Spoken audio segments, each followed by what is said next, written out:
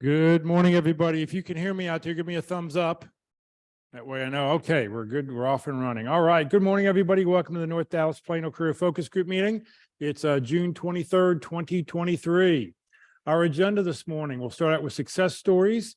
We'll then have people put their 30-second introductions into the chat window. For those that are here in the room, we'll allow them to give their 30-second introduction. We'll then do our committee reports. We'll hear about the practice interview team, the interview success workshop, the career tip of the week. And then we will have our main event right around the, 9:55 or the top of the hour when we get to it. All right. For those people on Zoom, if you have any questions throughout the presentation, any questions today, please enter your questions into the comment field, into the chat box. And for those watching on Facebook, thank you for joining us this morning. Please enter your comments into the chat into the comment field. We're monitoring both feeds. We'll be sure to get those questions answered for you. Please note this event is being recorded and is currently live on Facebook. The recording will be on the Career DFW Facebook page and the Career USA YouTube channel for others to view in the future. By participating in this event, you give consent for your name and picture to appear. Please note that any comments you put in the Zoom chat window will not appear in the recording. Well, good morning, everybody. My name is Jeff Morris. Since 2007, I've been facilitating and leading the North Dallas Plano Career Focus Group. This group's been around since the late 1990s. I took it over in 2007 when the prior leader landed a job. In 2008, I started a website called careerdfw.org, a website to help those who are unemployed in the Dallas-Fort Worth area. In 2012, I launched careerusa.org to help those around the United States. I have written a book called What I've Learned About Your Job Search that you may not know. It is available on Amazon. And since 2017, I've been a member of the practice interview team. You'll hear more about that in just a moment. Well, we'd like to start the meeting off with good news, success stories. Do we have any landings, any good news to share? Anybody online? I did hear from 2 people this week who had landed. Let me see if I can grab their names real quick. Give me just a second here.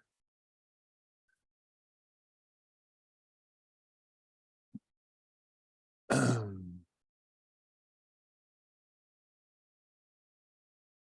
to open up my spreadsheet. Give me just a second. Here it comes. All right. 2 people landed. Patty Dunn landed.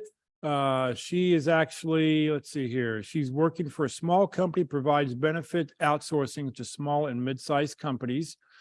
So that's Patty Dunn. I just heard from her this week. Also, Rick Delafrute landed, and he is the CFO of a company called LMC Landscape Partners. So we had 2 landings this week, which is great. We really appreciate them letting us know about that. When you do land, please let us know. And also, you're welcome to bring donuts. There's donuts here today for everybody who's here in the room today. So please go grab a donut if you want one. Otherwise, I have to take them home and eat them all myself tonight. So I don't want to do that. All right. Let's see here. What else we have? All right. What we'd love for everybody to do now, for everybody who's online, please go ahead and put in your 30-second introductions. We want to know who you are, your phone number, email address, position you're looking for. Give us 2 or 3 target companies, your LinkedIn address, any other information, and then hit the return key. I will put all this information into an email this afternoon. You'll get it out. It'll be later this afternoon, and look it over because you may be able to help somebody who's on the list. So please reach out, see who you can help. Yep. So if you can, also I use this to update the roster. So only those people who are here today will get a copy of the roster. The roster's got 3 tabs. The first tab is everybody who's active. The second tab are alumni, people who have graduated. And this list goes back well over 2008, 2007. It goes way back. So alumni who've been part of this group in the past are on that list. And the third tab are those people who've lost contact with. But at least you can reach out to any of those people who are on the list. All right, I'm going to put 30 seconds on the clock for everybody.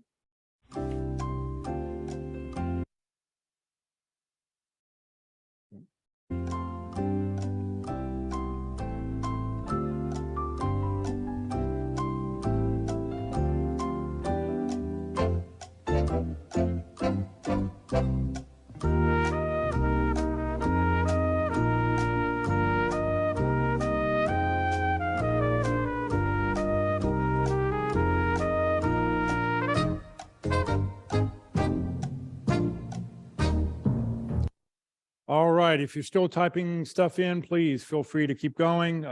We will get all that information, like I said, put out to you, everybody, this afternoon. All right, what we want to do now is for everybody who's here in the room with us, we want to know who you are. So if you'll grab the microphone, flip it on, and pass it around, and we will hear who everybody is who's here. So give me a second here. Let me pop the room up so y'all can see everybody who's here with us. There we go. You should be able to see. So there you go. Please go ahead. Good morning, Veronica Tatum. I'm a senior sourcing manager. I am looking for opportunities to expand my project management experience, as well as 25 years in IT. I need help finding some key companies that I have targeted this week, which were PepsiCo, Frito-Lay, McKesson, and also Splunk.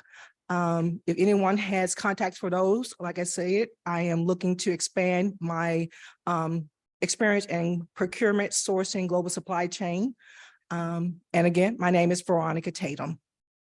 Veronica. Good morning. My name is Lily Kadur.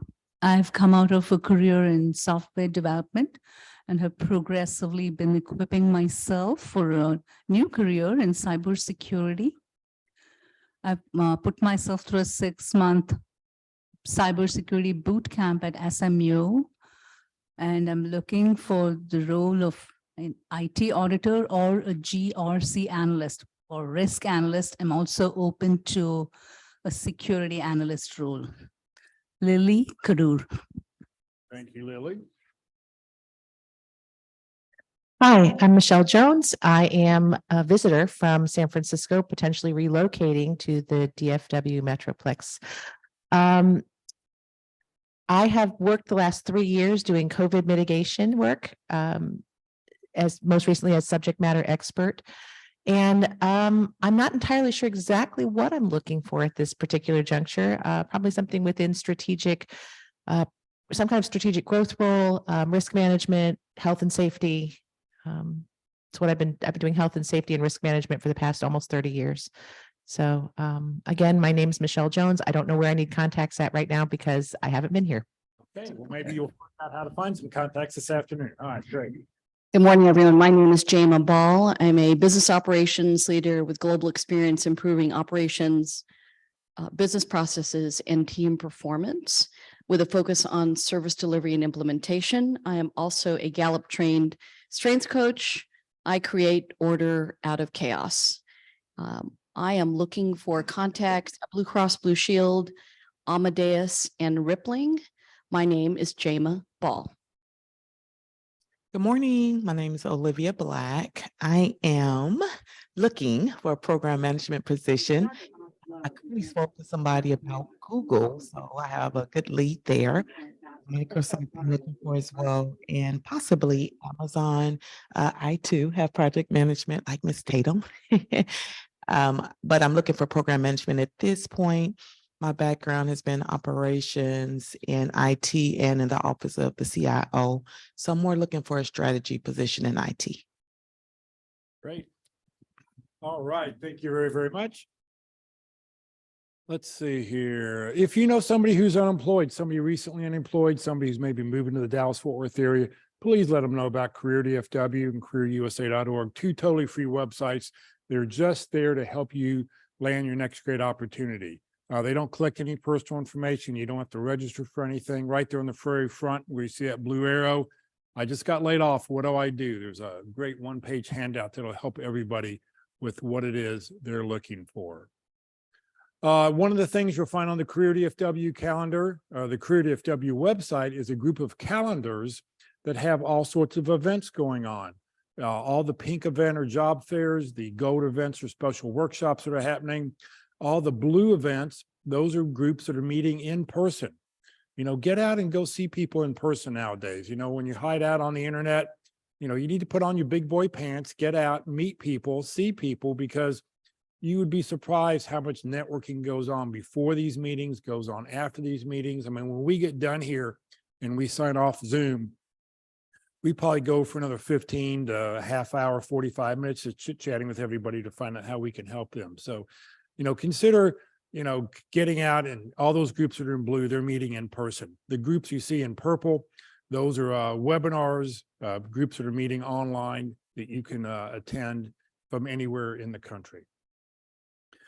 All right, let me talk a little bit about the practice interview team. I say this all the time, your resume and your LinkedIn profile is not going to get you a job. What it's going to get you is a phone call. How well you practice your interviewing skills, that's what's going to get you your next job. So 8-9 years ago, the practice interview started. It was a spinoff from this Friday group. It's totally free. It was a bunch of people who just sort of got together on a Wednesday afternoon and said, hey, can we get together? And I need to practice. I've got an interview coming up. Can we practice? And that sort of started at 8 or 9 years ago. So the group has since evolved. Before COVID, we were having 40 to 60 people show up on a Wednesday at 1 o'clock, and we conduct 3 or 4 interviews, and you get to pick which interview you want to see. Now, beside doing it on person, we've gotten back in person on some Wednesdays. We're also doing it online. The interview, the PIT crew motto is practice early, practice often. Coming once isn't going to do it. Once gets you started, but you probably need to do it 3 to 5 times to really perfect what it is you do. We've had one candidate who did it 9 times. And he said, when he finally got the job, he said, the interviews were easy because you all really grilled me, you prepared me, and you taught me what to say and to do the right thing. So come join out. What we need is, we need a copy of your resume. We need a job description, and we need your schedule if you want to do it online 2 to 4 days out. We've got a group of about 25 or 30 hiring managers who will look over your information and volunteer to do the interview. It's usually a 2 or 3 person interview. So it's a panel interview. It lasts about 45 minutes. And then after that, there'll be 15 minutes to a half hour of review where we can go back and practice, and you can get some clarification on how well you did and talk about evaluation of what you did. So send that information in. If you want more information, just go to dallaspitcrew.com. All right, it's time to hear from Walt Glass about the Interview Success Workshop. Good morning, Walt. Well, good morning, everyone, and welcome to today, Friday Pit Crew. Thank God it's Friday, right? Only 2 more work days till Monday. So what is it that I do that's different from the Pit Crew? Well, I like to have you gain skills and confidence for a successful job interview, just the same as the Pit Crew, but I do it quite differently. When I was downsized back in 2000 and I really flunked an interview, I decided to do a deep dive. So what are companies buying? What is it that I was looking for in candidates when I did my hiring experience through my years of service? And so I came down to 3 things. It's who we are, our personality, our soft skills, our characteristics. It's what we do. It's the actions we take. It includes the skills and knowledge that we have, how we activate that, and then how we help. What's the value that we bring? Companies hire us to achieve things, not to just work, not just to do things. So the interview is very informal. It covers basic categories of questions, and the focus is on how to sell those 3 items, plus differentiate ourselves positively from other candidates. You have to be registered to attend. Look me up on LinkedIn. The About section is really about the workshop. That QR code that you see on the screen will start an email through my Yahoo email address and ask for registration dates and times. I'll send you that back and we'll get you on the schedule. Be glad to have you. Another thing we do in the interview success workshop is we have some fun. Learning does not have to be stressful. It doesn't have to have a lot of anxiety with it. And so I call the workshop Learning Without Squirming.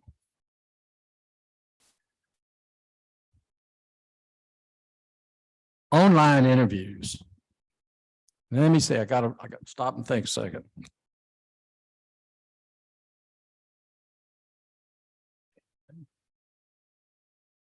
Oh no, this has never happened before. Yeah, this is It's poetry block. got another birthday coming up in 6 months, and I think that's what it is. anyway, the idea of the point today is that, you know, with COVID, online interviews are just rampant. I mean, we're just really kicking up the gear with online interviews. And so the interview search workshop will decode, and we will have landings that we can note. So it's a poor poem, but the idea is practice, win that job, get that interview, and bring some donuts. Yes, and we have donuts here today for everybody who's here. All right, yeah, go, yeah. All right, it's time for the career tip of the week. We've got a brand new tip of the week on the Career DFW and Career USA websites. There's a new tip every Saturday afternoon for the following week. Rosanna, good morning. Thank you for being with us and reading it today. Good morning, everybody. Good morning, Jeff. All right, this week's tip of the week is dated June the 18th, and it's how to perfectly answer the tell me about yourself interview question. The tell me about yourself interview question might feel intimidating, but it doesn't have to be. Here are our best tips for a great answer. And this article is written by Hannah Riley. So the tell me about yourself interview question can be hard to answer if you're not prepared. Searching for a job is stressful enough without adding a dose of self-perception.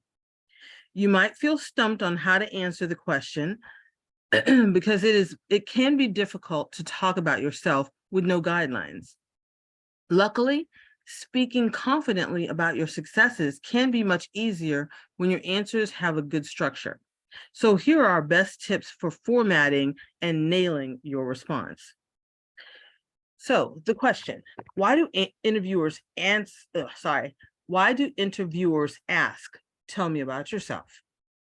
A job interview is all about getting to know you, and interviewers ask the tell me about yourself interview question as a way to transition from small talk into their technical and behavioral interview questions. The interviewer wants to gauge if you are able to communicate clearly and professionally, and then freezing up the first time you're put on the spot gives a bad impression. The interviewer hopes the candidate can answer the question in a natural way that shows that they're prepared and care about the interview. A great answer can also help you stand out in a job interview. If you're asked this question during a phone interview, you have your answers in front of you. If the interview is in person, you should be prepared to answer without checking your notes. Some other ways that interviewers might ask this question. The tell me about yourself interview question sometimes sounds different. Interviewers might ask, tell me about your background. I'm interested in learning more about you. Tell me about a time working at X company. Can you tell me more about your experience? Tell me something I don't already know from your resume. So be ready to answer any version of this question with your structured and practiced answers. So let's break down how to answer the tell me about yourself interview question. There are many strategies for answering the tell me about yourself interview question, and the way you choose to structure your answer may depend on your previous experience, and a recent graduate will have much different answers than a director who has been employed for decades. So while it's important to prepare your answer, you should also leave room for spontaneity and make sure it doesn't come out sounding too rehearsed. Once you find a form that fits your experience the best, make sure you practice it. Write your answer down so that you can rearrange it and make sure it flows and keep track of key points. Whichever method you choose, be sure to tie it back to the specific job and company that you're interviewing for. The answer should make the interviewer think it makes sense that you are interested in this role. Now let's talk about components of your answer. Your answer to the tell me about yourself interview question should describe your current situation, your past job experience, the reason you're a good fit for the role, and how you align with the company values. So let's talk about current situation. Tell the interviewer about your current position and a recent big accomplishment or positive feedback you received. Avoid speaking negatively about your current job. The interviewer wants to hear how your current role is similar to the position that you're applying for. If you're currently a student, use this time to talk about your relevant school experiences, like classes you've taken or projects you liked or internships. Next, in talking about past job experience, the interviewer likely has your resume in front of them. So don't tell them what they already know. Use this question to touch on past history and past work history and highlight areas that are applicable to the position that you have now. Describe your past job experience in chronological or reverse chronological order. And if you switched industries, explain why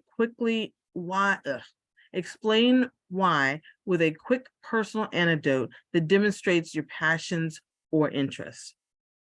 So now let's talk about your why. Why did you choose this job to apply to? Why are you the best candidate for this role? Use this time to sell yourself to the interviewer and give them your why. If you've tailored the other parts of your answer to the job that you're interviewing for, this part will be easy. Explain how this role aligns with your personal career goals to show you'll put in the effort to be successful. Now, aligning and connecting your goals, passions, and strengths with the company and role. Research your company culture. If you and the company both value working in teams or doing things individually, talk about that here. Be sure to mention that if you have other interests or skills that you've been working on that make you a better asset, that will make you a better asset to the company. Knowing the overall mission of the company to help you tailor your why, that is what you want to do. If you're interviewing for an outdoor apparel company that values a good work-life balance, don't talk about how you love working nights and weekends to complete projects. So now let's talk about how long your answer should be. Remember that interviewers want to learn more about your work experience and you personally. Answering this question in a couple of sentences might seem less than thorough, and talking for 10 minutes is a red flag that you might do the same in meetings. Try to keep your answer to 1 to 3 minutes. Watch your interviewer's body language and feel free to expand on any portions that they look excited about. Now let's talk about the do's and don'ts for answering "Tell me about yourself." There are some rules when answering that "Tell me about yourself" question. So interviewers have certain expectations when it comes to how you prepare this question, so you don't want to deviate from them. One of the most important and basic interview tips is to stay professional. Being overly negative and oversharing about your personal life could end up costing you the job. So let's talk about do's. We're going to stay positive, avoid making long-term plans, know your audience, and concentrate on examples you can quantify. And you want to highlight your personality. Those are definitely great do's. So let's go back to stay positive. No company is perfect. Talking negatively about other places you've worked for may give the interviewer the impression that you won't be happy at a new company either. If the interviewer asks why you left a job, keep it simple with an answer like, "I was looking for a new challenge." The next do would be avoid making long-term plans. You won't talk about plans a month from now on a first date. So why do you bring it up in an interview? Rushing into conversations about future goals with the company can seem premature. Save these conversations for later stages in the interview process. Another do, know your audience. Learning the company that you're interviewing with ahead of time is crucial. You can tailor your answer to focus on where you align with the company or where you align with the company culture and be able to ask more informed questions at the end of the interview. Another do is concentrate on examples that you can quantify. Saying that you brought in new customers is okay, but saying that you increased website visits by 27% in one quarter is much more meaningful and impressive. If you don't know the exact numbers, make a realistic estimate. And then the final do is highlight your personality. Mentioning that you quilt or play chess reveals more about you than just what you do in the spare time. It shows a part of your personality. Interactive roles like volunteer work or being part of a softball team demonstrates that you are friendly and you are also able to communicate well with others. Now the don'ts. So don't get too personal. Don't memorize your responses. Don't list your strengths without examples. Don't overwhelm the interviewer, and make sure you summarize your resume point by point. I think that's a don't. So let's go back to don't get too personal. Avoid mentioning too much information about your private life. Talking about politics or religion, affiliation, marital status, or children might end up working against you. You won't want the interviewer to pick a candidate based on the answers to any of these questions. So don't memorize your responses. Giving a canned response may sound inauthentic. Remember a few of your main points and then fill in the gaps naturally. Memorizing answers might even make you more likely to make mistakes if you forget a few words or you can't remember or you can't find where you left off. Don't list your strengths without examples. Just saying that you're great at teamwork doesn't mean very much without an example to back it up. Add a sentence telling a story about a time you demonstrated each trait you highlight in your career. Don't overwhelm the interviewer. Pick 3 or 4 personal strengths and stick to them. Going on and on about yourself or getting too personal might spoil the interviewer's first impression of you. Keep it short, sweet, and professional, and leave them interested. And then don't summarize your resume point by point. The person interviewing you already read your resume, so telling them exactly what's on it could make them lose interest. Tell them the high points that are the most relevant to this position that you're applying to, and add a few things you liked about each one. This is a fantastic article. I highlight you guys save it or print it, highlight it, whatever the case may be, but definitely go back and reread and focus on all of these details, because as a recruiter, these are key, and making sure that your answers are short and sweet is definitely key, because as recruiters are trying to interview multiple candidates, there's a lot of people to get through, and we don't like it when people go on and kind of get into that rambling mode. So I highly recommend go back to this article. It's dated June the 18th of 2023, and it's how to perfectly answer the tell me about yourself interview question. Y'all have a fantastic weekend. Rosanna, thank you very, very much. Thank you, thank you, thank you. All right, come join us today for lunch. We're going to go to Jason's Deli, 4801 West Parker Road, Suite 105. It's in Plano, the northeast corner of Parker and Preston. It's about a mile from where we're sitting. So come join us. If you got to eat lunch, come join us today for lunch. Come grab a sandwich, salad bar, soup, and they've got great ice cream with chocolate sauce at the end. So that's what I go. That's what I go for. All right. Coming up in just a moment here, our main event, how to find target companies using reference solutions with Mike and Pete. But before we do that, I just want to mention next Friday or upcoming sessions. Next Friday, we're going to talk about kingdomality. Where do you fit into the kingdom? There's a online test that I'll put out into the email this afternoon. I'll put it again out next week. Next Friday, we will be online only, Vacation Bible School here at Christ United Methodist Church. So the room will be, all the rooms are going to be occupied from what I hear. So we will be meeting online only next Friday.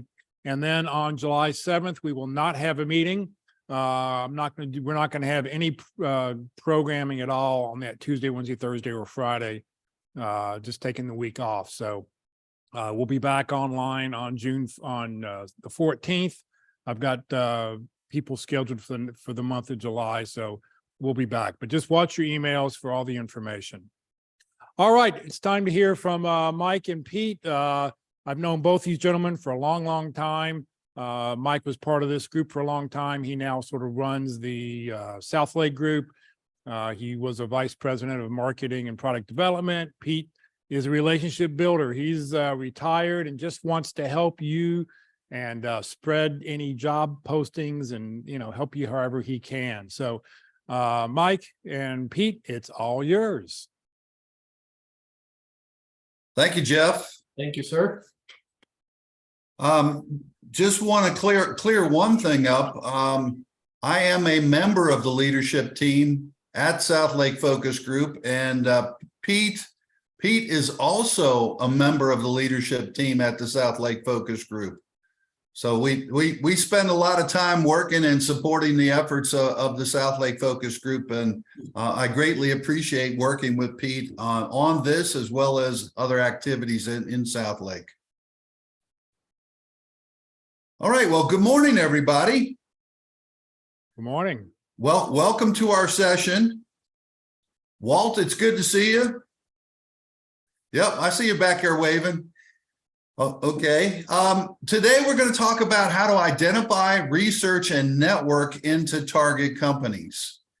It is a session that we put together at the request of both Jeff and Walt. In our accountability group, we used to have challenges that we faced as far as trying to develop a list of target companies as we looked at as we went through the various groups, and there wasn't really anybody that would share how to identify and research and then network into those target companies. So we developed a presentation to share with other job seekers. And one of the key things that we focus on is how to identify by industries, by location, and then also by company demographics. And all these are important today.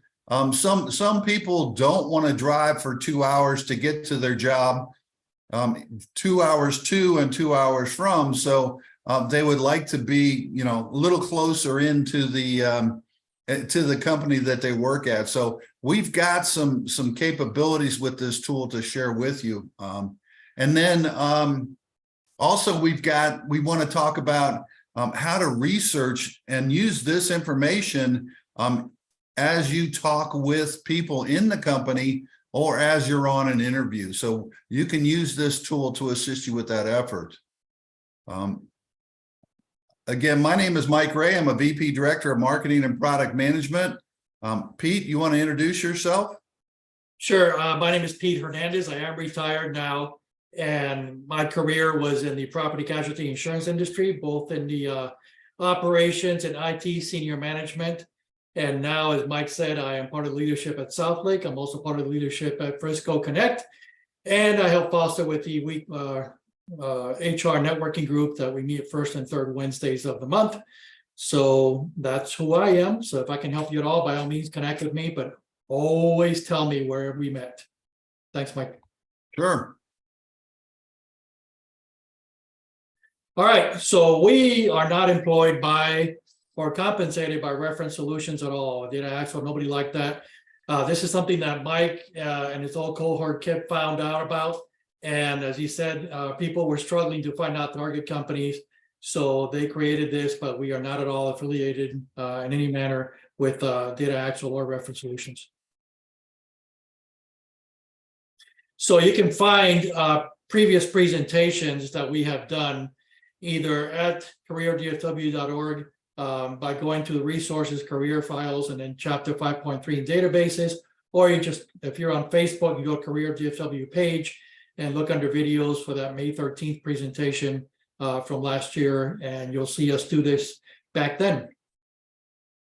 And I believe Jeff is going to post the new one He'll be posting that shortly. So there will be a new version, or today's version, that will be posted out on the site as well. All right, so today we're going to cover most of the functionality of the tool, the reference solutions. And as we go along, if we say something that's not clear, and that you thought you heard, but you want us to repeat it real quick, feel free to ask us to do that. But if you're a personality style like me, I pick up things fairly quick, but I also I'm not as patient. I want to know what's the next thing, what's going on, and so I have, does it do this? Does it do that? Well, and I know there'll be a couple people in the audience that will have similar styles. Please hold your questions to the question and answer section. We have it at the end. I think we covered 99% of the issues or challenges that you'll have with the tool. And if we don't, there is a question and answer section at the very end. So please hold those questions. But if we say something that you didn't quite catch and you would like us to repeat it, we'll be happy to pause and answer those questions. Okay, so what is a target company? Anybody know? Anybody want to give it a shot to tell us what a target company is? Feel free to unmute if you're online, or if you're there in person, by all means, raise your hand and let us know. What do you think a target company is? Come on, you guys, especially out there in person, go have a donut, get some sugar energy. Come on. Nobody wants to give it a shot? They're saying, yeah, where you want, well, nobody wants to pick up the microphone, so. So I'll take a shot. A company that you believe is aligned with the requirements that you have for working, proximity, culture, and those kinds of things. Perfect. Thank you, sir. That's exactly dead on. It's something that after doing your research, as we're going to show you on the tool, is a company, like Sean said, aligns with everything that you're looking for, and therefore some company that you want to look further into to see if it fits the way you think it does. So when Mike and I were employed, these are some of the types of companies we might have been looking at. Me being in property casualty insurance, I was looking at typical companies you see advertised all over TV at all times, in Hartford, Travelers, Allstate, those kind of things. And Mike, being in the HVAC world, was looking at things like Rheem, Kubota, and then Campat Machine and Tool. So those are the kind of things we were looking at when we were still in the job search. So as part of networking groups, you're always asked to give your 10-second spiel, just like Jeff was doing earlier today about who you are. So we're big advocates of adding who your target companies are at the end of that. So you do your name, as we talked about earlier, the title, what value you bring, or what your branding is, and then your name again, so people who weren't paying attention know who the heck you are. So, but we also ask you to add at least 1 or 2 target companies. And it could be as simple as, this week, our target companies are American and Southwest. That's perfectly. So who has got target companies already identified in the audience? Go ahead and put them in the chat. If you do, if you're online, and if you want to speak up, if you're in the room, go ahead and do so. Remember, these are all networking meetings. So if you guys are putting your target companies in the chat, that means that somebody else in the audience may know somebody in those companies and may be able to help you. So by all means, but I highly encourage you during your 10-second or 30-second to always include at least 1 or 2 target companies at the end of your little 10-second spiel. And most of the people, when they signed in and gave their information, they also provided 2 or 3 target companies, which was excellent. All that information will go out into an email this afternoon. So everybody will have that. They can look it over this afternoon and see who they can help. Perfect. So, there are and based on the information we got from Reference Solutions, there's over 70 million different companies in the United States. And as it is, that's an awful lot of companies to be looking at. And of those 70 million, there's about 16 or 17 million of them that are verified by Reference Solutions. But you think about it and you go, okay, so there's so many companies, but how many target companies do I have today? And when I was part of an accountability group, I always had one, and that wasn't enough. So you want to have more than just 1, 4 or 5. Ideally, you want to have a list. You'd like to have a potential list of somewhere between 50 and 100, if that's possible. Now, and the way you get there is a tool that you can use to help you get there.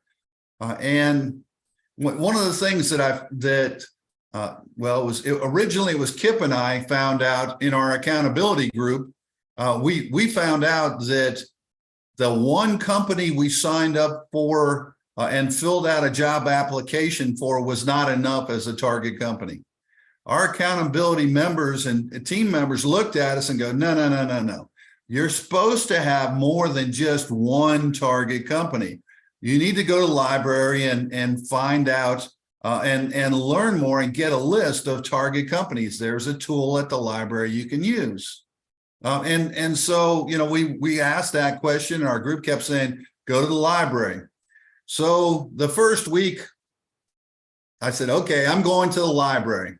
And I told that to my accountability group. The following week I came back and they said, did you go to the library? No, I didn't go to the library.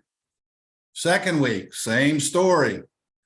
Third week, and this was Kip and I both. We looked at each other and our accountability group looked at us and go, okay, have you gone to the library and looked at this tool and developed a list? And we said, no, we haven't. And I looked at Kip and I said, what are you doing right after our accountability meeting? He says, it looks like I'm going to the library with you.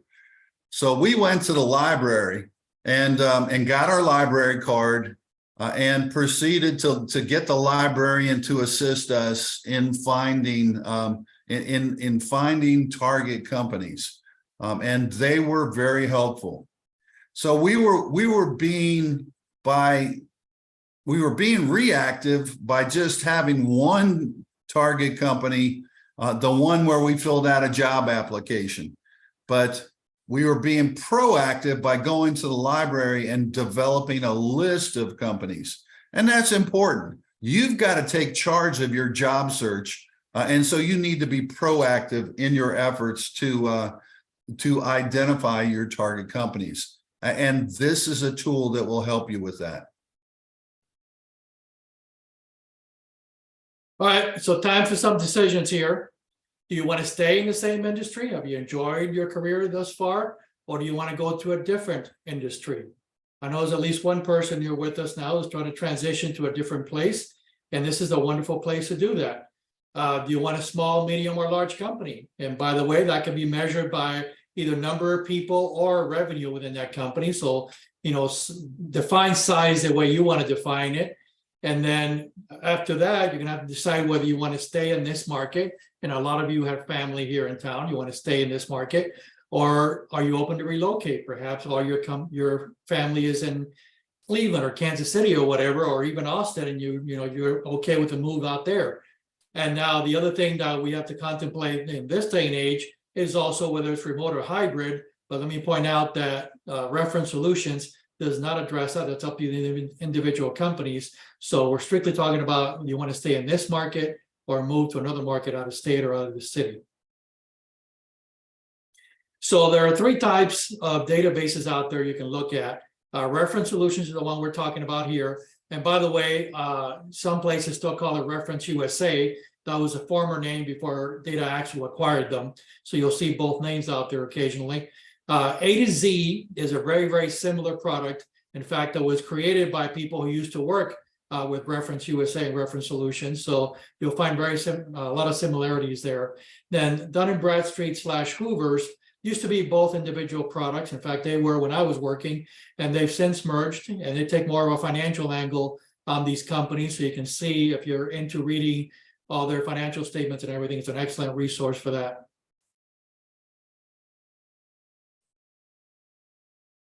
So I know that you're going to be interested in how do I gain access to this tool?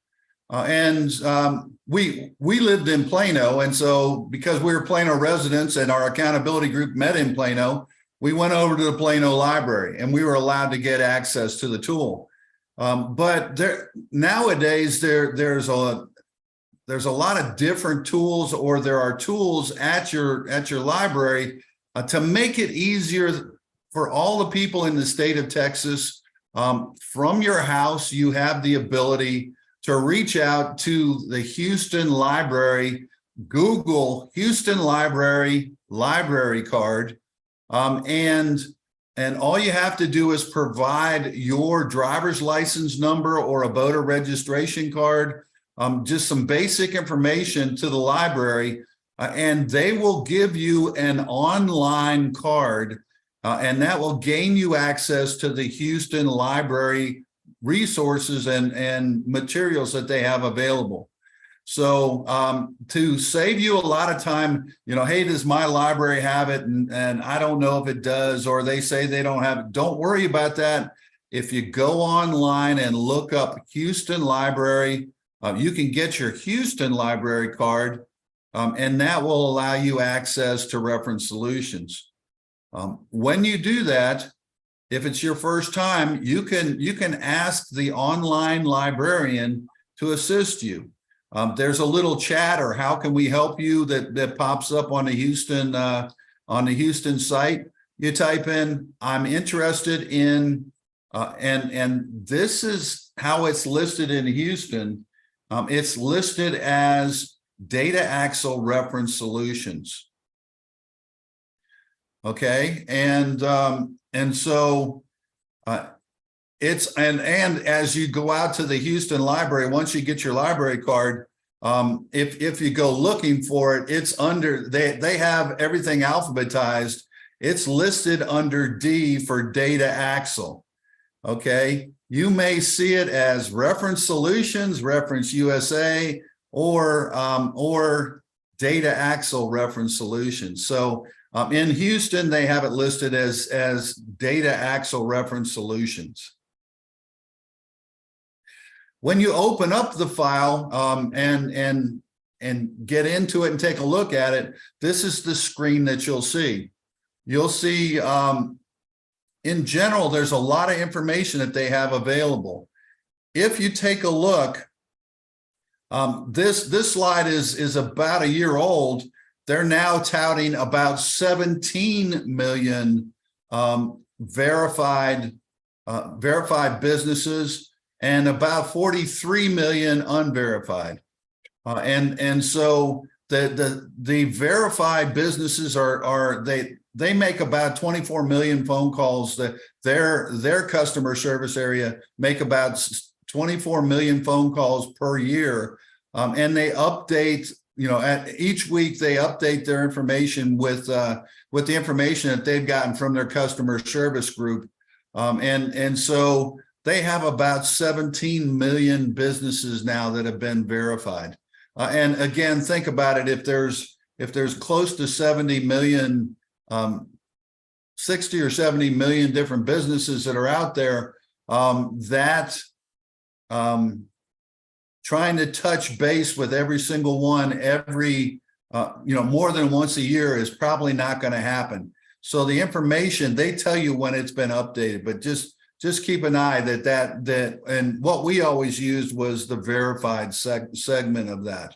But there's an awful lot of businesses out there that could have opportunity for you and could be viable as well. The file that we used as we got into it was the U.S. businesses section. And we double clicked on that, and that brought up the opportunity, or the database itself. If you take a look at this, there's two major tabs at the top. One is the quick search and one is the advanced search. If you're doing the reactive approach and hey, I just filled out a job application for this company, and I want to fill in that company's name. I put the company name there and I hit search. and I can get information on that particular company. Or if I want to do a more advanced search, there's an advanced search tab at the top, or there's an additional filters. Both of these, the additional filters and advanced search, take you to the same screen. So you have an option if you want to filter it down and get a little more detailed, you have the ability to do so with either additional filters or advanced search. All right. So you want to stay, let's say, with either the same industry or a company you worked for before, and you really enjoyed it. So we get down to this screen, and let's say that company is IBM. And as you recall, IBM had a location somewhere here in the Dallas area, and you want to see if that location is still around and all the specifics about it. So we start with IBM and go ahead and click on view results and see what we come up with just by searching IBM. So as you can tell from the screen, and I'm going to have to increase the size of mine so I can read along with you. All right, as you can see, just putting in IBM, you're going to get results for any company out there that's got those three little letters out there that are not necessarily big blue. So you're going to have to probably keep that under consideration when you do your searches. But in your case, in this case rather, you can see in the left-hand side there, all these companies that have the letters IB and M in them. And then we just talked about the fact that we knew this location was somewhere in the Dallas area, but here we are getting locations all over the nation. Not to mention we have 283 results, and we know as big as they are, there's no way IBM has 283 locations here. So we're gonna have to narrow this down a little bit. So we're gonna look at just narrowing it down. So we're gonna revise that search. As you can see the blinking box there, and clicking on revising the search. Now we're gonna put in Texas as just the only filter for the time being. And you can see that 283 went down to 24. So now we still have a lot of the companies that have the letters IB or M in them, but at least now we're within the state of Texas and we've narrowed this down greatly. So we can start doing a little bit more filtering now and see that looking down, there's the office we were looking for. It's the IBM location on Stemmons, and that is here in Dallas, which is the thing that we were looking for to begin with that we thought existed. So we're going to select that one. Oh, let me point out, thank you, Mike, that anytime you see the up arrow, that means that particular location is either a branch or a satellite office or something like that, meaning that it reports to a larger or home office. So if you see that up arrow, it just means it's a branch and there's something bigger above it, typically a home office. All right, so quick links on the left there, and we're about to blast that up so you can see it better, and so I can see it better too.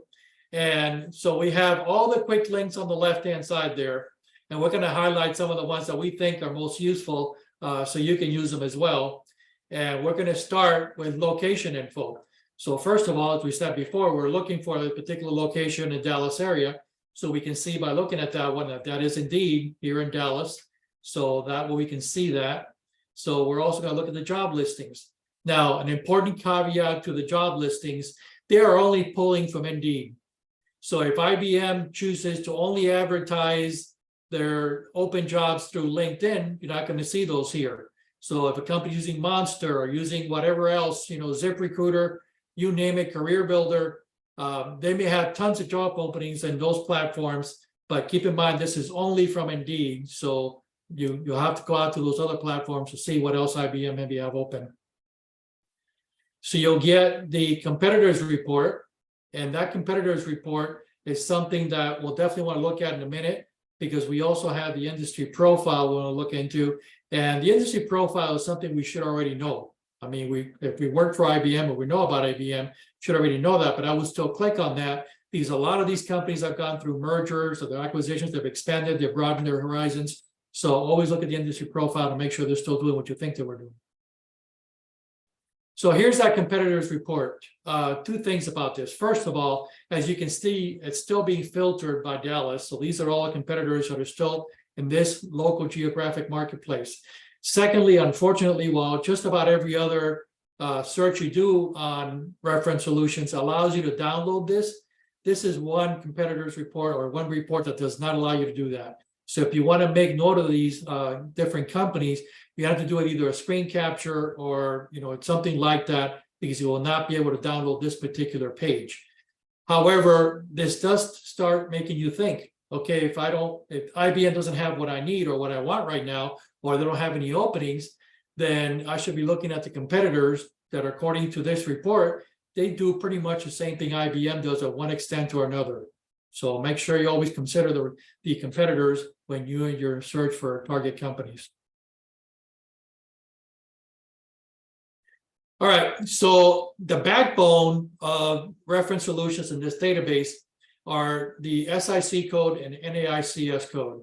That's what everything is based on. Those are government codes that have been around for a long time. And you can see in this particular case, since we searched for IBM, they have computer services. And by the way, the SIC code is not as broad, it's a lot older, it's not as broad as the NAICS code. But NAICS has it as computer programming services, which is more what IBM is these days, but you have both. So I would make note of both of those codes going forward, since that's what you're looking for. SIC, by way of background, is the old standard industry classification code. I've been in the insurance industry most of my life, so I work with these daily for almost 40 years. It's an SIC code that identifies things like services versus retail versus manufacturing. You get the picture. And then North American Industry Classification System is a newer version of it. It's a lot more detailed, and it'll give you a lot more refined search if you use that rather than SIC. So it lists all the companies, again, that are in that same service stratosphere as IBM is these days. So now we've got those codes and we got the industry profile. So we've got them both, and we're going to write those down because we're going to use them later on. And I prefer that we stick to the newer one. Again, it's a lot more specific. That's the NAICS code. So we've written that down. And now we're going to start using it to do our, holding our search a little bit further on, because we want to find out what else is out there beyond IBM that would fit what we're looking for in terms of an industry or a target company. So we're going to start by selecting the keyword, and I know the number is not a word, but it's a keyword search. And we're going to choose SIC and NAICS, and directly to the right of that, we're going to use search primary NAICS only. So we're going to put in that code, which we did. And now we'll be able to refine our search a little bit more.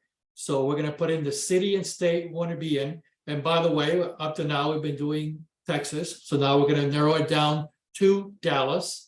And beyond Dallas, there's other cities you may want to be looking at. But right now, we're going to focus on Dallas and select that. And once you select it, it'll move over to that right-hand box there, as you see. And then once we've got all that selected and which way we want, we're going to view the results that we get. So here we are now. We got 21 results for all the companies that fit that NAICS code that is the same as IBM's, and they're all within the Dallas Metroplex. So you can see them all here, and specifically in Dallas. So keep that in mind as you do your search further, that these are strictly Dallas. So if you have one in Capel or Carrollton, it may not come up. So, but this is what we have now in Dallas. So we have all these companies there that all of a sudden can become your target companies because they're all the same NAICS code and they're all within the Dallas area. So let's start filtering this down. Let's look at some of these companies and see what we can do with them. We've highlighted the first two there, and we're going to go ahead and select Amdocs, which is in downtown. But we're going to do a little bit further dive into Amdocs and see what they can tell us, because that looks pretty interesting to us. So we're going to select that, and here we are. So here's the specific page for Amdocs, and it'll tell you, exactly where they're located, give you a little bit more background as to, who they are, what they do. And this is exactly what we're looking for. Again, you can see the jobs there, but again, the same story. Make sure you select, or rather you check LinkedIn and other job boards to make sure that they don't have any jobs listed there as well. But one of the things about this, and this, you can see the SIC code and NAICS code are the ones we've been using. One thing about reference solutions, as Mike mentioned earlier, they go all out to try to contact all these companies on a regular basis. And first of all, do these companies respond or don't they? So I would tell you, like everything else in life, trust but verify. So you're getting all this information, And especially the way things have been going crazy the last year or so with mergers, acquisitions, companies going out of business, whatever the case may be. Make sure you look up AmDocs and their own website. Make sure you look them up on LinkedIn. Make sure you look up everything else and verify the information you're seeing here.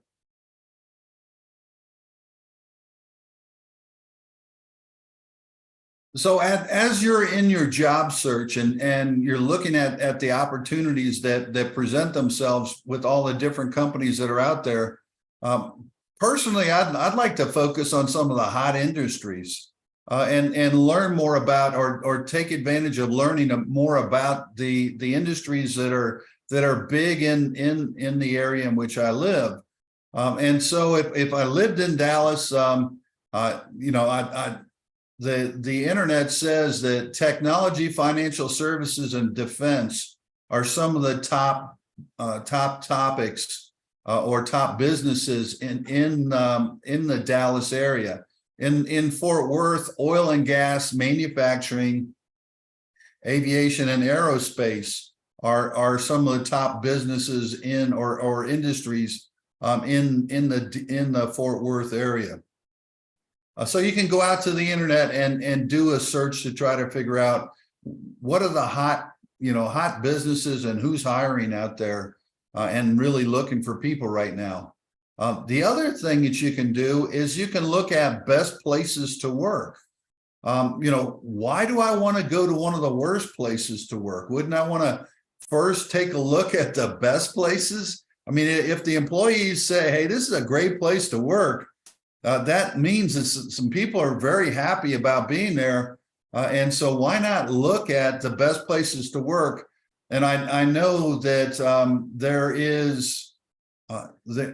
Dallas puts out a best places to work. I know that Fort Worth does. And most of the cities, I think, have their top list of best places to work. So you have the ability to do some research into the types of companies or the companies that are in the areas in which you would be willing to drive to go to work. So you can research those companies a little bit before you get into Reference Solutions and find out more. But I would like to work at one of the best places to work rather than one of the worst places to work. All right, so as we look at the Reference Solutions tool itself, truly it is just a big database. It's something like, Amazon or Walmart or something like that. It's a huge database, and all you're going to do is select things in the database, just like you would on Amazon. If I was going to go out to Amazon and I wanted to find something, if I wanted to find a hat. Okay, so you got a bunch of different hats you can buy. If I wanted a baseball hat, I would select that. And then if I wanted a certain size baseball hat, I would select that. I mean, it's just a tool that allows you to filter through. Now you're looking at it and using it towards jobs. And one of the ways you can do that is to select the company name. You can select a particular company name. And that will provide you, it will provide you information on that. Oh, by the way, the items in red, these are the things that we focused on and found useful when using this tool. As we were filtering through, there are some that in our job search efforts that weren't as beneficial. So the items in red were the ones that we found to be the most beneficial. Business type is the next thing that we saw. And frequently we focus on either keyword or if we had the company, we found out the company we used to work for, if we found their SIC or NAICS code, we might search that way. But keyword is a quick way to get into it. Or if you know an industry. I was in the air conditioning industry. If I typed in HVAC, which stands for heating, ventilation, and air conditioning, if I typed in that in the major industry group, it would help narrow down the search and focus on whatever company we were looking for. Geography. A lot of people don't want to drive across the Metroplex to get to work. Some people don't want to go at all. This tool won't help you with remote work, as Pete mentioned earlier, but it will help you to identify companies in particular industries that you're looking at that are closer to where you are, so that you're not gonna be finding companies, or you'll try to avoid finding companies that are an hour drive away or 2 hours drive away. And so unless you're willing to move or drive for a time frame, geography is a great tool to assist you with that. Business size. Now, as I got older and I had been working for a couple of companies that were in the Fortune 500 arena.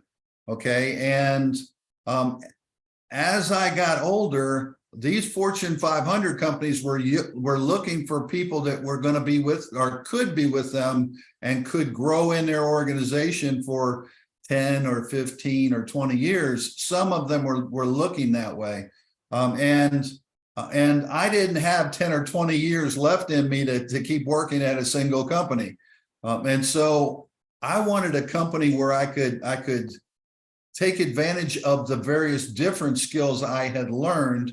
And so a company that has smaller or fewer employees might take advantage of the various different skills that I'd learned along the way.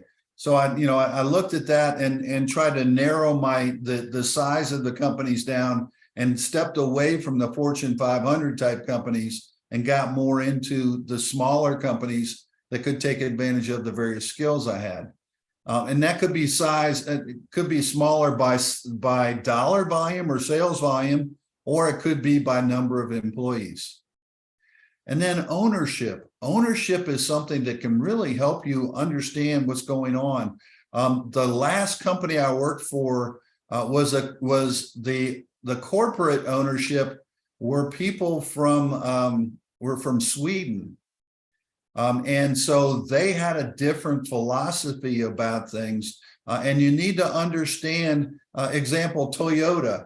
The Japanese culture is slightly different.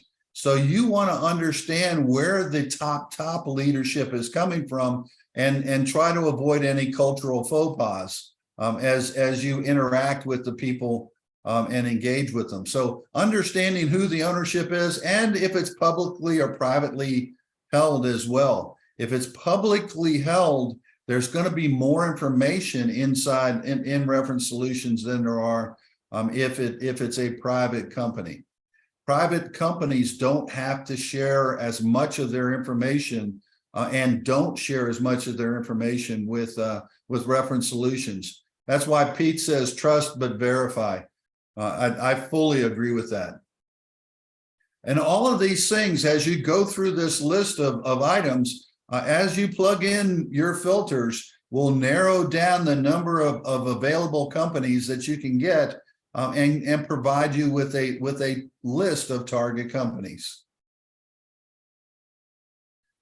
Now, if you go in and start utilizing the tool, as you look at the advanced search, and we're interested in getting the advanced search, when I click on that box, up pops the advanced search screen. And you'll notice the top line where the blue check is here, that's the verified businesses. The one below it is the unverified businesses, may be great companies, but the customer service group weren't able to get the details that they wanted and to confirm out of these companies. So we focus just on the verified companies, because the customer service group at Reference Solutions was able to get the data. And of the verified companies, there's almost 17 million of them that are in the record count. The next thing we did is we're interested, I'll give you an example. We're going to focus on healthcare for this example. For those people in the healthcare arena, we clicked on keyword And when we clicked on keyword, up popped this keyword, this blue bar here. And we typed in healthcare.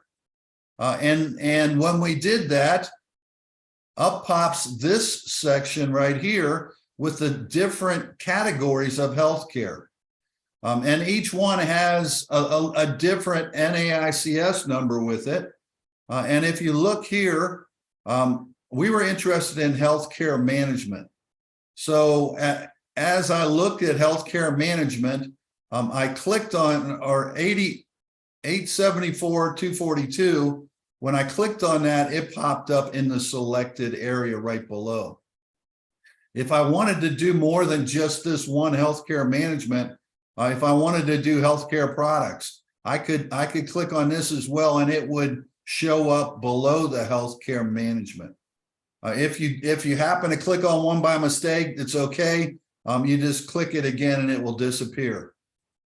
Okay, and it will still be located up in the selection area here. All right, so I've selected the healthcare management. I update the count here, and there are 4,072 businesses in the United States that are healthcare management companies, or that identify themselves as healthcare management companies. So I need to narrow that down. 4,000 is too big a number to work with. And in order to do that, I want to go into geography.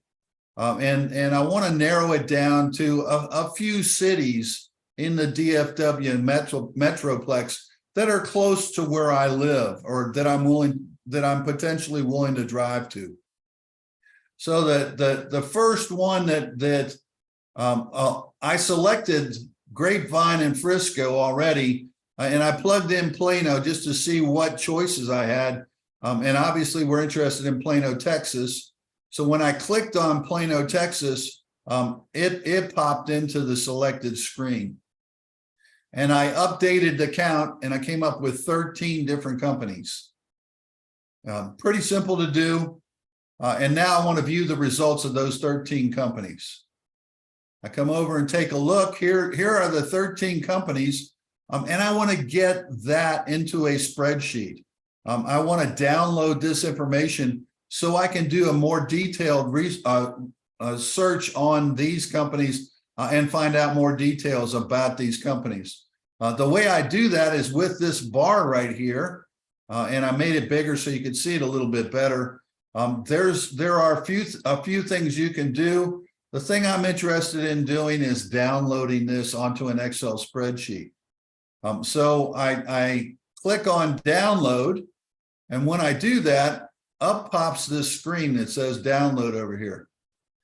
And you get to select, the first thing you get to select is what's the format in which you want to get the information.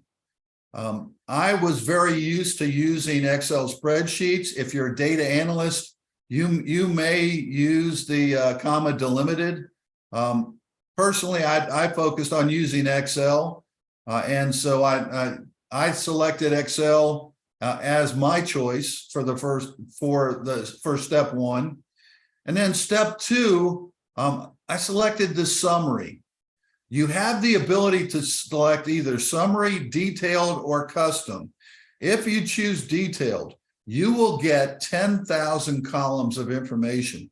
And that's probably a little bit more information than you'd want. And by the way, with the 10,000 columns that you get, a lot of them are empty.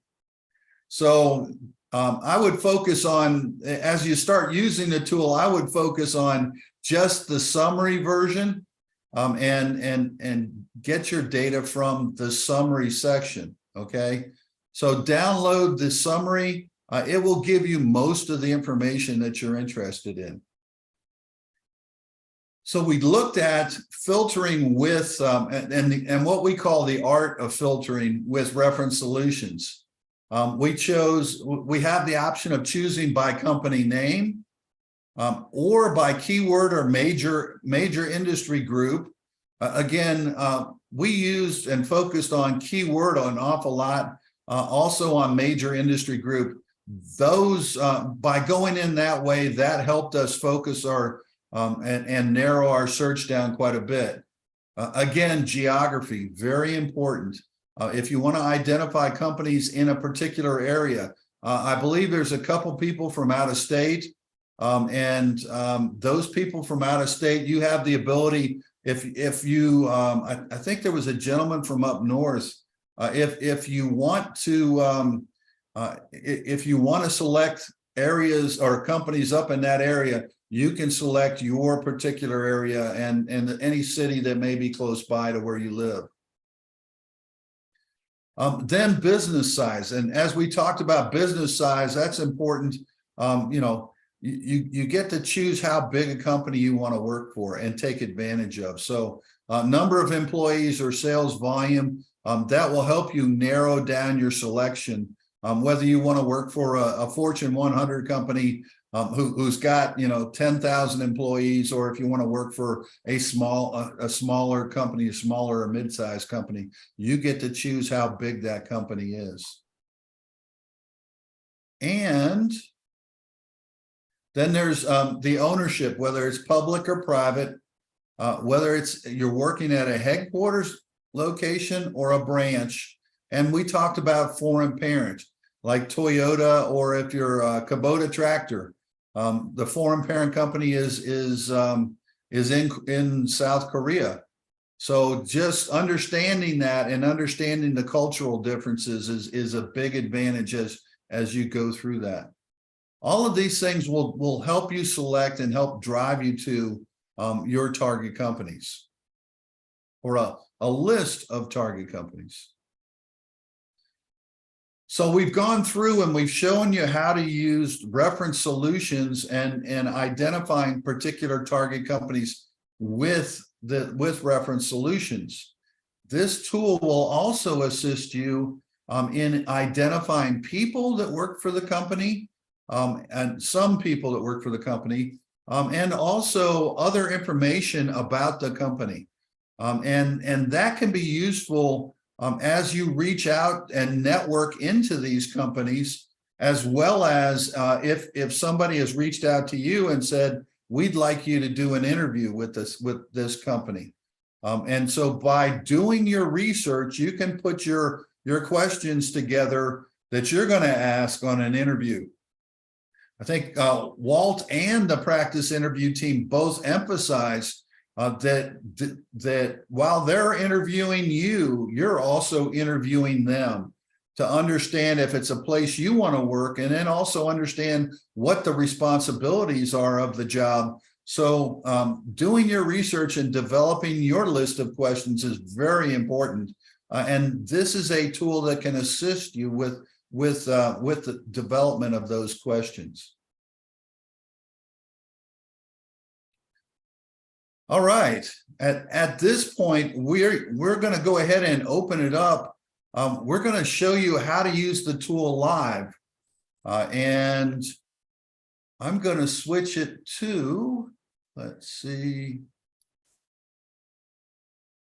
Mike, there was one question here. I don't know if you can answer it. It says, how does Reference Solution get information on private companies? Okay, the private companies are required to provide a minimal amount of information to the government. And that information is public record. So Reference Solution has the ability to go out and take a look at that data, and then they can plug it into their information on that particular company. Great, thank you very much. Sure. Okay, can everybody see this chart here? Can. Okay, excellent. All right, so this is the advanced search screen. And as you take a look, you can see there are verified and unverified businesses. And then there's also a list of closed out or out of record or out of business records. If you wanted to do some research on that, you can do that as well. But from a job seeking standpoint, we always focused on verified businesses. Now, if you're looking for smaller businesses, you may want to look at the unverified and focus on some of those as well, because with smaller businesses, they may not have the personnel answering the phones and doing all those things. And so the customer service at Reference Solutions may not be able to get through to them. But I always focused on the little larger and maybe more established companies as I looked at various different companies. So you've got verified businesses, and there are almost 17 million verified businesses that are in business today, according to Reference Solutions. Now, if I was interested in, for example, well, let me ask this. I'll open it up and ask a question. Does anybody have an industry that they're interested in learning more about? Well, Mike, Jack put in the chat window, how can I search for companies that use Salesforce CRM? Could you do that?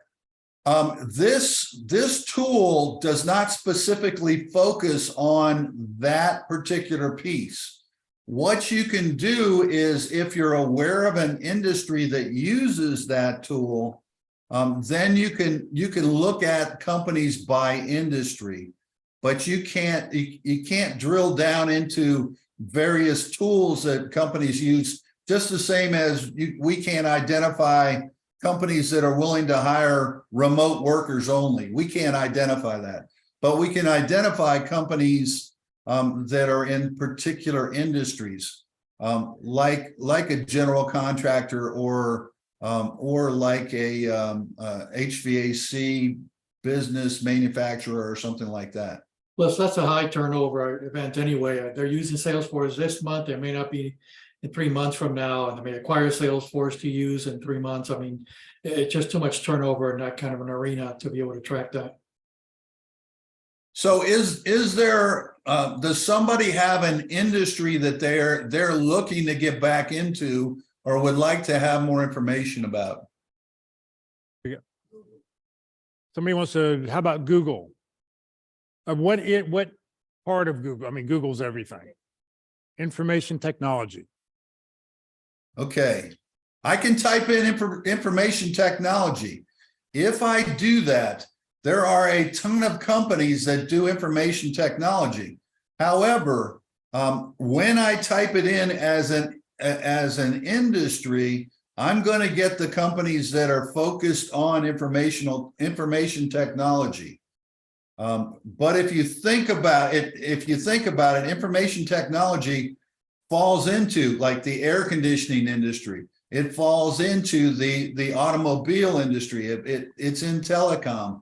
But I can look at IT and get the companies that are only focused on IT as part of their industry. It's Would you a like to see service, that? service they provide only. It's not. Mike is right. I mean, it's like saying HR. HR is a threat to every company out there. If you put in HR, you're going to get HR consulting companies, that kind of stuff. Pick up the mic. Hold on a second here. I'll let her pick up the mic and clarify. Yeah. Okay, so would it be different if we did information systems instead of information technology? Because I know that's a more newer. Yeah, you're going to get the same answer I just gave you, is the fact that information systems, pick a company out there, they probably have some guy in the back room, and that's their IT department. And they may show up because they provide a service for somebody else. So that kind of thing, if you want to work for an information system company like IBM or what used to be EDS and all that, then that's fine. But if you're looking for information systems, I can tell you right now, you can get a job at just about any company. Kroger has an information system department. Target does. I mean, to put in just information system, you're going to narrow yourself down to only companies that provide that as a service and make money off of that as a service. Is that what you're looking for? Well, let me say this. I want to stay in healthcare because I've been there so many years. So maybe health, IT. I mean, I don't know. You're saying IT is more Here we go. Healthcare. No, that gives us a field. Healthcare, and then healthcare, IT. Yeah. Okay. Hit. Okay, so we're gonna take a look at health. We'll take a look at healthcare. And I'm going by keyword. Oh, first off, Hey, Mike, if you put in healthcare software, does that refine it a little bit more? hang on, healthcare. And I hit enter. Okay, so here are the various different healthcare fields that are available. If I go down, okay, so there's healthcare utilization, products, instruction. If I come down, there's health facilities, information and referral programs. Do you see, hold the microphone and tell me, do you see one that fits into what you're interested in? Sorry. Yes, healthcare management. Okay. Healthcare, there's healthcare management. Is there anything else that's focused in the area that you'd like to have? Healthcare products. Healthcare products. Okay. All right, so let's update the count and see how many companies we have. All right, so we've got 26,000 now. That's in the entire United States. Okay, and if I narrowed it down to the DFW area, it'd still be too big, because I don't think you want to drive all the way across the Metroplex from one area to another. Can you give me the name, the geography wise, of a couple cities that you might like to work at? Addison or Carrollton.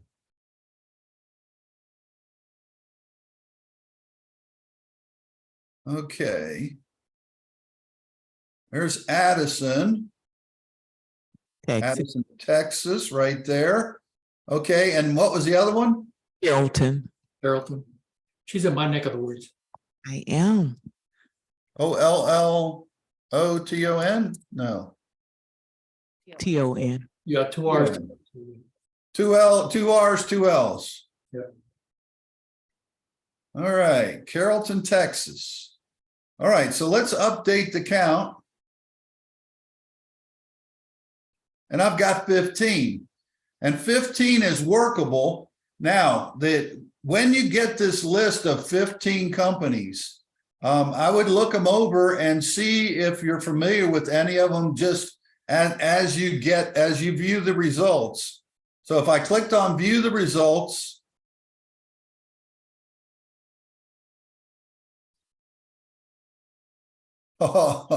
okay, so what we got a lot of pharmacies here. Okay, and that's part of the reason why when you get it on a spreadsheet, you can take a look and you can say, look, I really am not interested in each of these individual pharmacies, nor am I interested in Walgreens. You know, I'm not interested in CVS. I'm not interested in Walgreens. But if I get it on an Excel spreadsheet, I can then like delete the lines if I'm not interested in those things. Okay. But here are some other companies that I might be interested in. And I'll point out a couple things. These two, this Life Care right here, you see the down arrow? That's the headquarters building of that company. And the same thing is true of MetroCrest Hospital Authority. That's the headquarters of that location. Okay, so those two might be a little larger than obviously the ones that don't have any arrows at all. But you can find out information about that. Let's take a look at which of the two. Would you like to look at Life Care or MetroCrest? Life Care. All right, so we'll open up Life Care. I'll just double click on this line.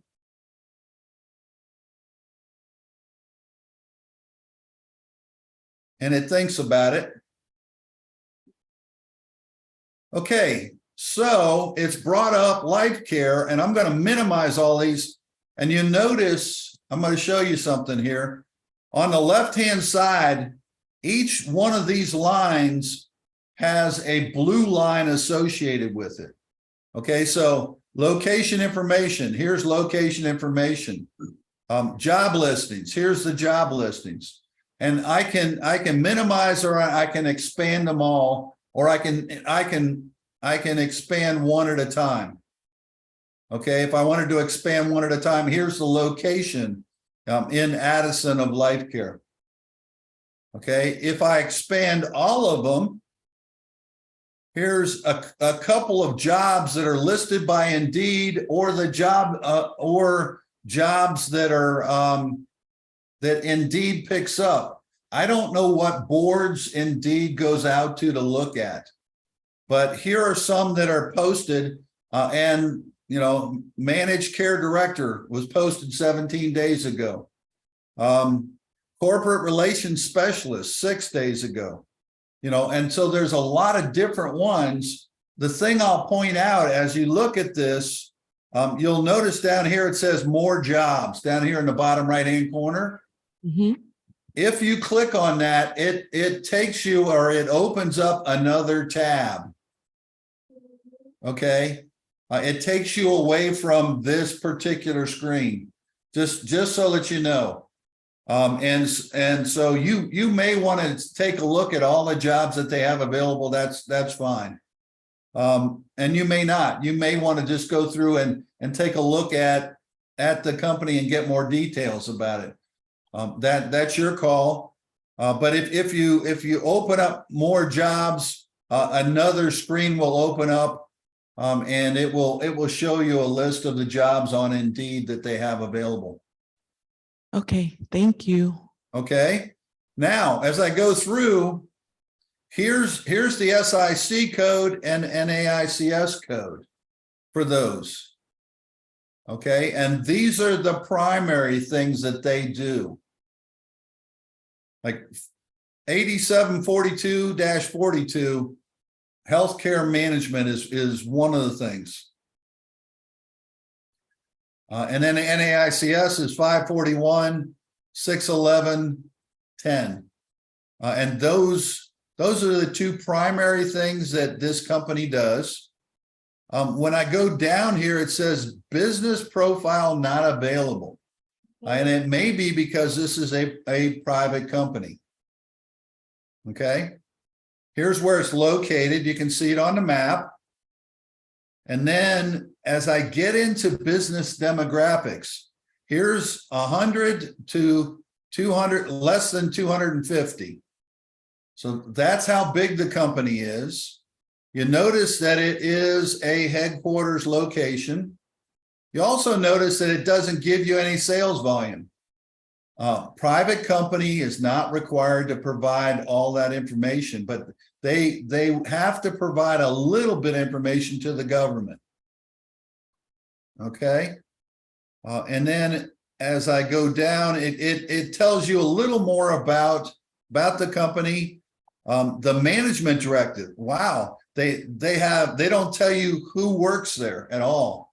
So they're not sharing a lot of information, and they don't have to. If I'm a private company, I don't want to share my private information with my competitors. So, you know, and competitors will go out to this and take a look at the information as well. And if it's all posted out on this site, obviously that's my competitive disadvantage. So as a private company, I don't have to share that information. As I come down here, they don't have any business expenditure information. They haven't shared that. They haven't shared any sales volume or their employee size. You come down here, there's no UCC report. So there's not a lot of information available. Okay. But you did get the name of a company, and it looks like they're hiring a lot of people.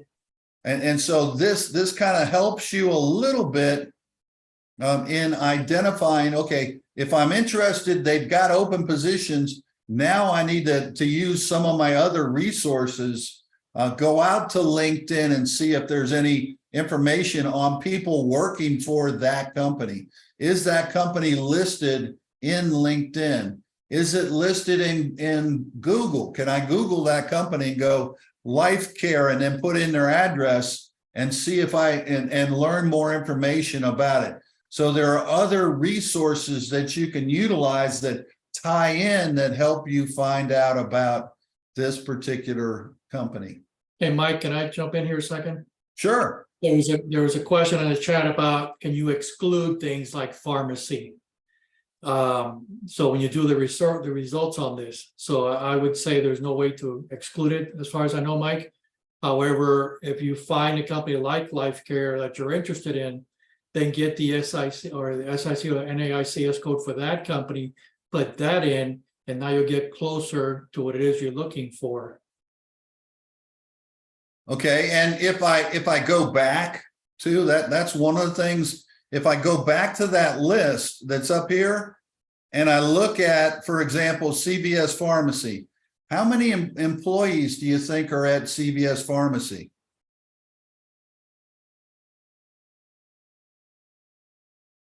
You know, if I look at the number of employees there, there's 7. So one of the ways to narrow or to eliminate some of these pharmacies could be to increase the to filter by number of employees.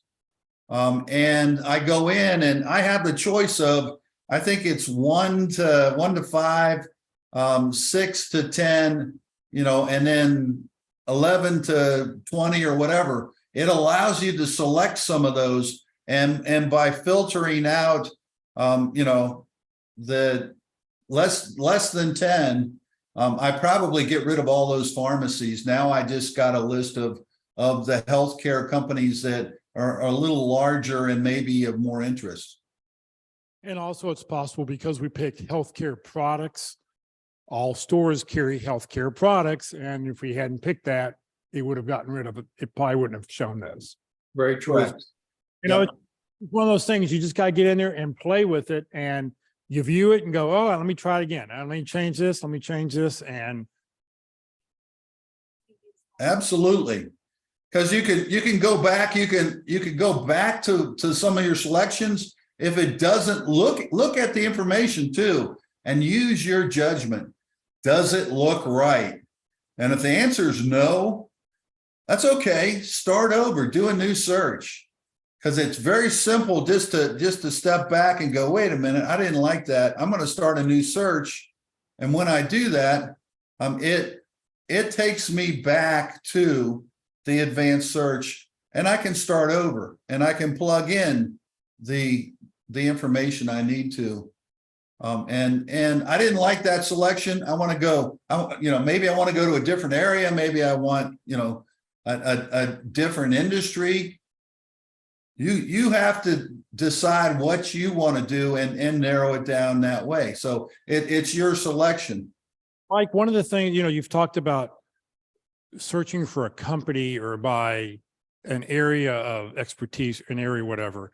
Can you like put in like, here was my job title at this company, find what the SIC code is for that particular job title, and then go backwards, take that SIC code and find other companies that have those same type of employees? The short answer is no, because SIC codes are government, and so are NAICS, government regulated for financial purposes. So it's not going to drill down to a title. It's only going to go down to a company level. Because if you think about it, a title, take project manager, you can have that title just about every company in the world. Right. So Yeah, what I would do is I would step back and go, okay, I want to work in, I work for this company and they had this title. So what I would do is I go back in, look up that company, find the SIC code for that industry that they were in, and focus on, now you have the choice. And that was one of the things, if I go back, let me see if I can Okay, let me go back one more. Okay, when I looked at life care, I don't know if you noticed this or not.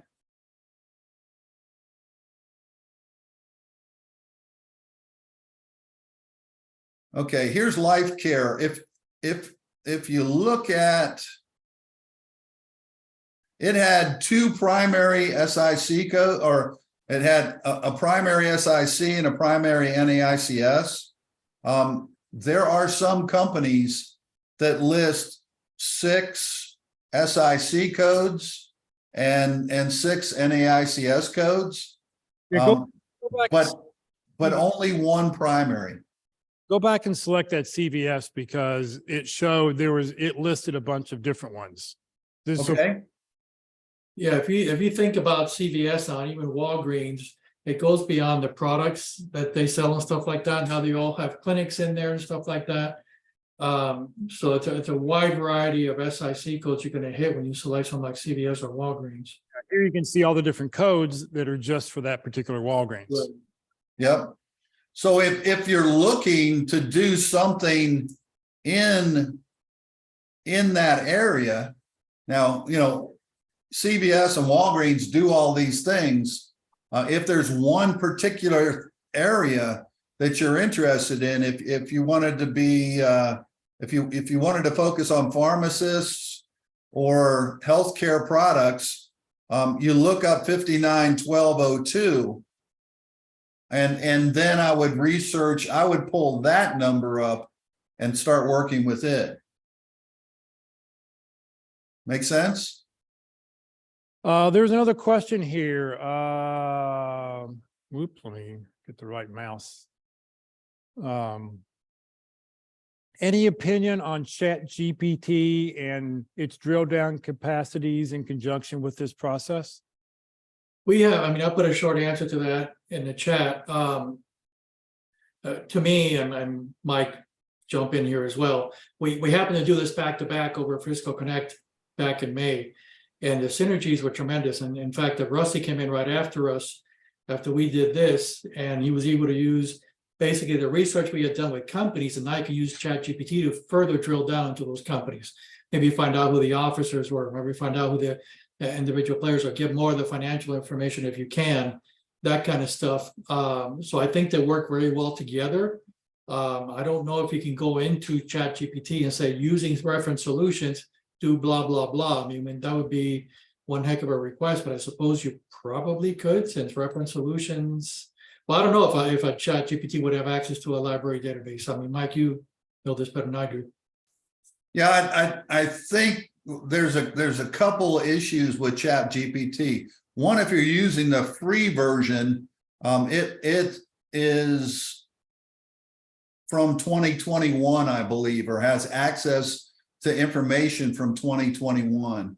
If you pay for, what is it, 3.5 or 4.0 or something like that, it may give you a more up-to-date answer. But to Pete's point, I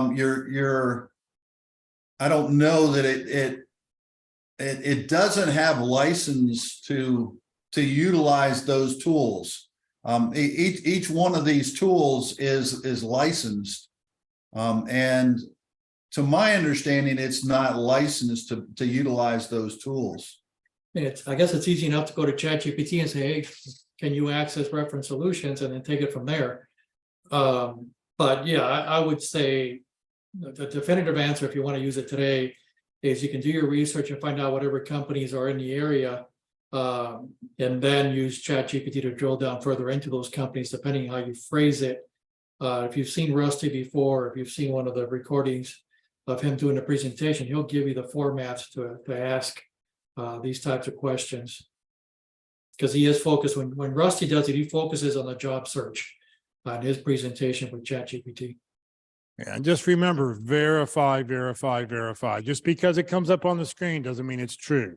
Because everything is absolutely 100% accurate.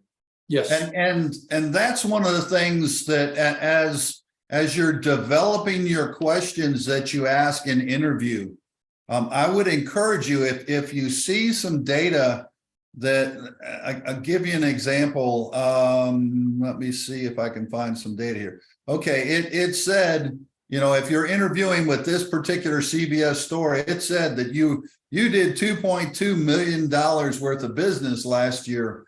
You know, if you went to if you were interviewing with the CVS people, and you made a statement to that effect, you might say, I've done some research, and it appears that your sales volume is between, you know, 2 million and 2.5 million or something like that. Does that seem right?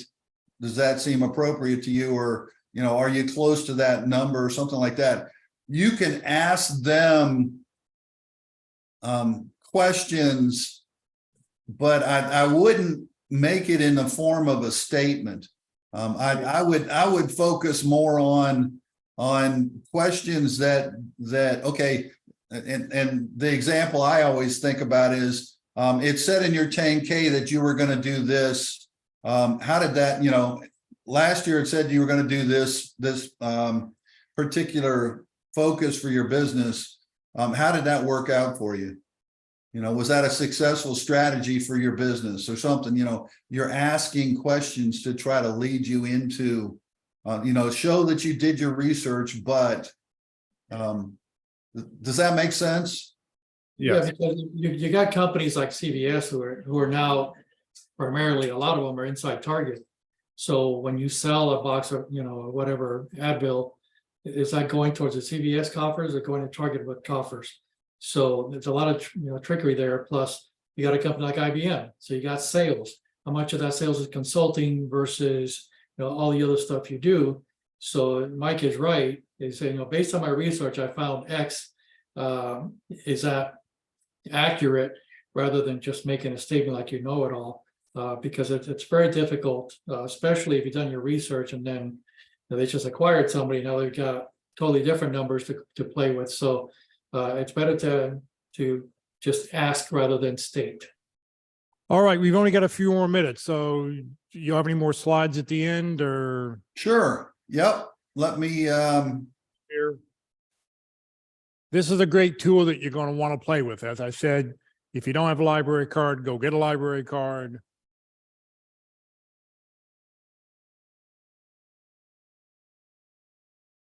Sure, do that to me as soon as I mute.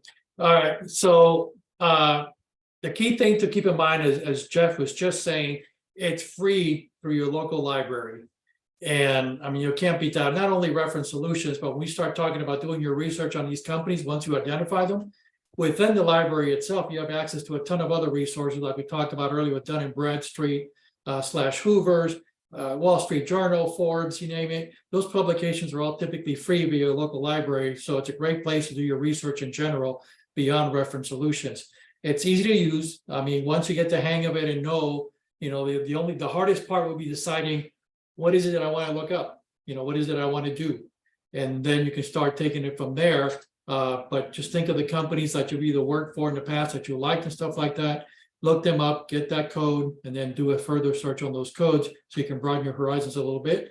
And, you know, by all means, you should always have target companies, and then use your resources and your network to do some informational interviewing to find out more about that company from people who've either worked there or worked there now, and then use that, again, that kind of research doing your actual job interview. Because I always tell people there's nothing worse than sitting down for that interview and the first question out of your mouth is, so what do you guys do here? So you want to make sure you've done your research and you're ready for that. and if you look at it, the nice thing I liked about the tool was the fact that it's available to me 24/7. So I don't have to go to the library to do this. I can do it all online, and I can do it on my schedule. My schedule, and this is kind of an interesting piece. I always used to get up early and work until, you know, an early evening. That was kind of my schedule. Kip was always a night owl. He'd be going to bed at 4 in the morning. And he just had finished up, working with the stuff. And I'd get online and start working just a little bit after he went to bed. So, I mean, it was different times that it's available to you. And so that's the nice thing. Whatever your schedule is, you pick and choose when you want to go and take advantage of it from your house. And you have access 24/7. And that's a huge advantage. I would just tell you to set aside some time because you'll go down some rabbit holes here and start doing your research. So I would say at least a couple hours that you can focus on this at a time. So one of the key things we want you to do, get your library card. It's free. You don't have to worry about going to your library to find out if they've got it or not. You can get, if you live in the state of Texas, you can get it for free through Houston. Look up Houston library card. You can get it for free online. It takes about 10 minutes to get. So it's not a big deal. And Houston allows easy access, and that's a huge advantage. We encourage you then immediately to sign on to Reference Solutions. Don't do what Kip and I used to do, which was, yeah, we're going to do this. And then next week, yeah, we're going to do this. And Walt will be smiling because he said it took his cattle prod the third time and said, get out there and go do it. And then finally we did it. And by doing it, we couldn't believe how easy it was to identify target companies. And it is a great tool to assist you. Now, we encourage you to identify 2 target companies for your next meeting with this tool. Okay, I know some of you already had target companies. We want you to go back and use your library card, get online and identify 2 new target companies utilizing this and bring it to Jeff's meeting next week. Any questions at this point?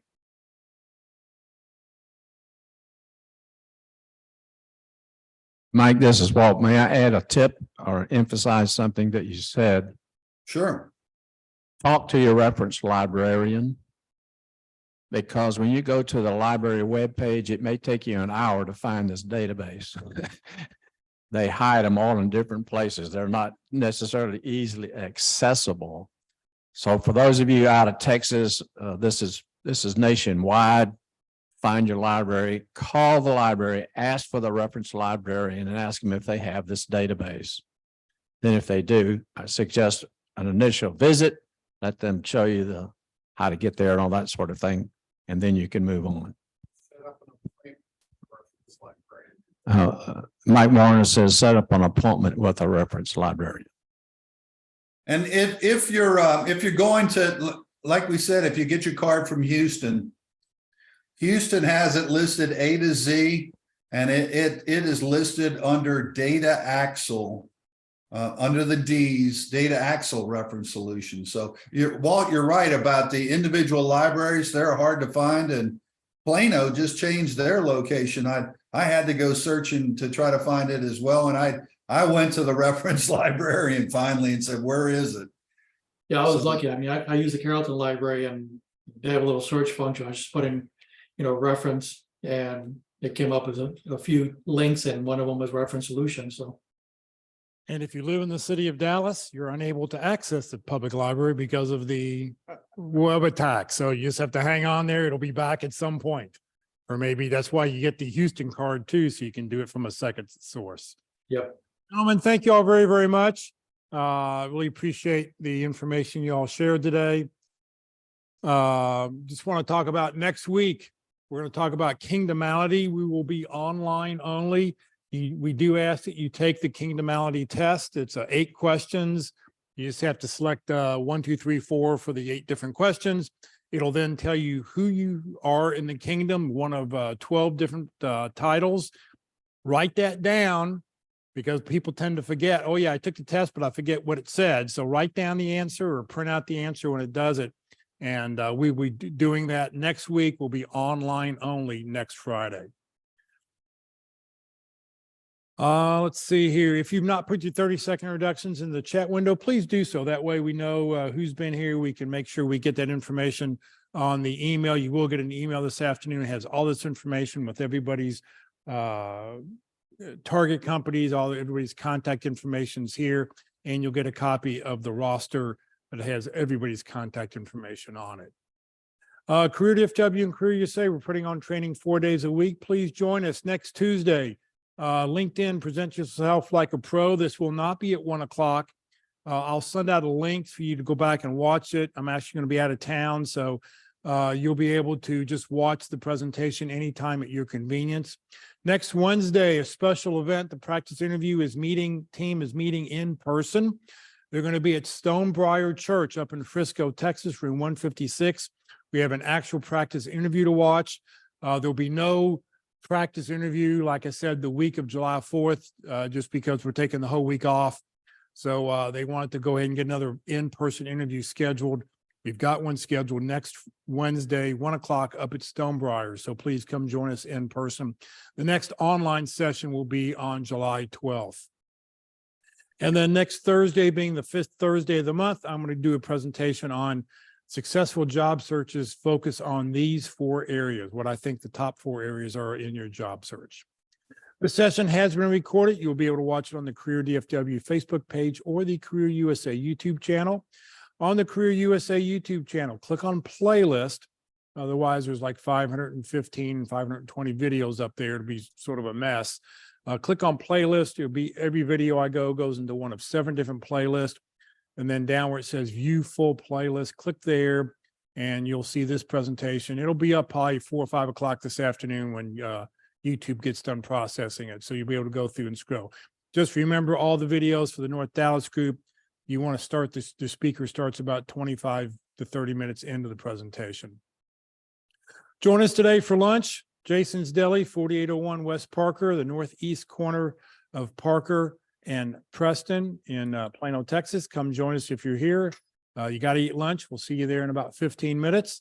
And everybody else, thank you all for joining us today, everybody. Have a great afternoon, and we will see you all next week. Thank you, Jeff.